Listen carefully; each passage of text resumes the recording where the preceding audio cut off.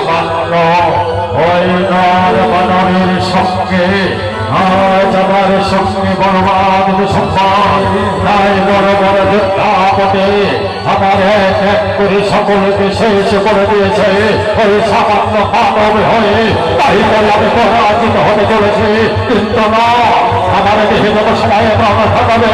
আমি কথা দিয়েছি ওই নর মানুষকে আমি নিজে হাতে আমি শেষ করে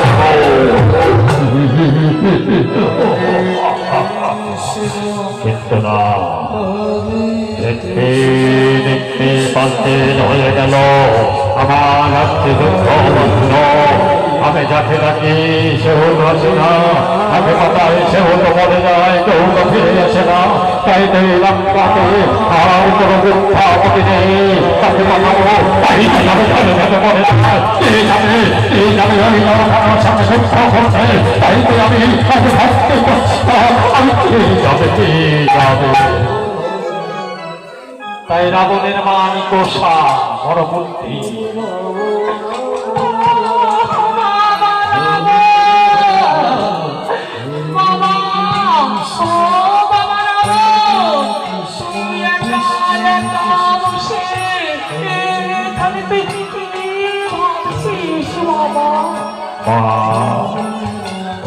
জননী তুমি তো চলতে পারো না বড় বৃদ্ধা হয়ে গেছো তবে কেন আমার অন্তর মহলে কাঁপতে কাঁপতে তুমি চলে বলো তোমার আমি কেন এলাম জানিস তুই তো জানিস না আমি যে তোর মা কোনো সন্তানের যদি কোনো দুঃখ হয় কষ্ট হয় কোনো মা তো সহ্য করতে পারে না তাই তোর দুঃখ বুঝতে পেরে আজ আমি ছুটে যেতে বাবা তোর কাছে সহ্য করতে পারি না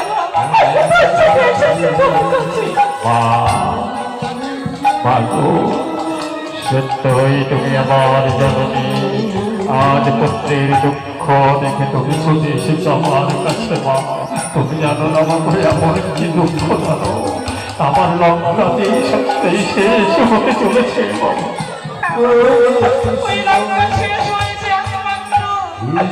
তোর ভুলের কারণে দেখ বাবা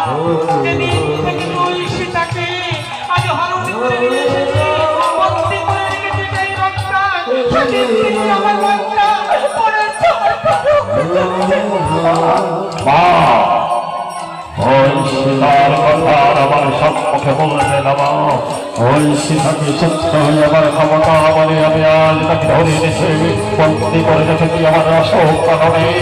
তোমাকে আমি বিভিন্ন প্রতিজ্ঞা করেছি ওই নর থেকে ওই সীতাকে আমার এই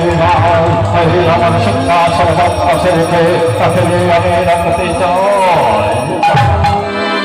এখনো তুই ভুল বলছিস বাবা এখনো তোর সময় আছে সেটাকে তুই ছেড়ে দে সে তার কারণে লঙ্কা হয়ে গেছে হয়ে গেছে ছেড়ে দে বাবা ছেড়ে দে দেখ আমার লঙ্কার প্রতি একবার লক্ষ্য করে দেখ বাবা সকলের পরনে বৈধব্যের শাড়ি সকলের হাতে হাতে তুলে দিয়ে হক পেশের হাড়ি তাই কত বড় বড় সৈন্য সব তো শেষ করে দিবি বাবা মা তুমি ঠিক বলেছ মা জানি না সেই নয় কত শক্তিশালী কত বড় বীর কত বড় বড় যোদ্ধা কত বড় বড় বীরকে পাঠানো আমাকে ফিরে আসে না তাই তাই আমার বসে বসে ভালো মতো কে যাবে যুদ্ধ করতে হয়ে সেই নরের সঙ্গে তাই তাই আমার বসে বসে একা ভাবি মা ভালো কে যাবে যুদ্ধ করতে আমি জানি কোনো বীর নেই এই লঙ্কাতে যে তুমি যুদ্ধ করবে তাই তোকে কি বলেছিস বাবা তুই তো তার কথা শুনবি না সীতাকে ছেড়ে দে এখন তোর সময় আছে সীতাকে ছেড়ে দে আমার সীতাকে আমি কখনো ছাড়তে পারবো না বাবা তোর মনের জন্য লঙ্কা শেষ হয়ে আমার একটা সন্তান ছিল বড় ভাবি নাম ছিল তার বিভীষণ ওই বিভীষণ তোকে কতবার বুঝাতে এসেছিল তাই তুই তাকে ভুল বুঝে তার বুকে চূড়া পায়ে লাথি মেরে লঙ্কায় থেকে তুই তাড়িয়ে নিয়েছি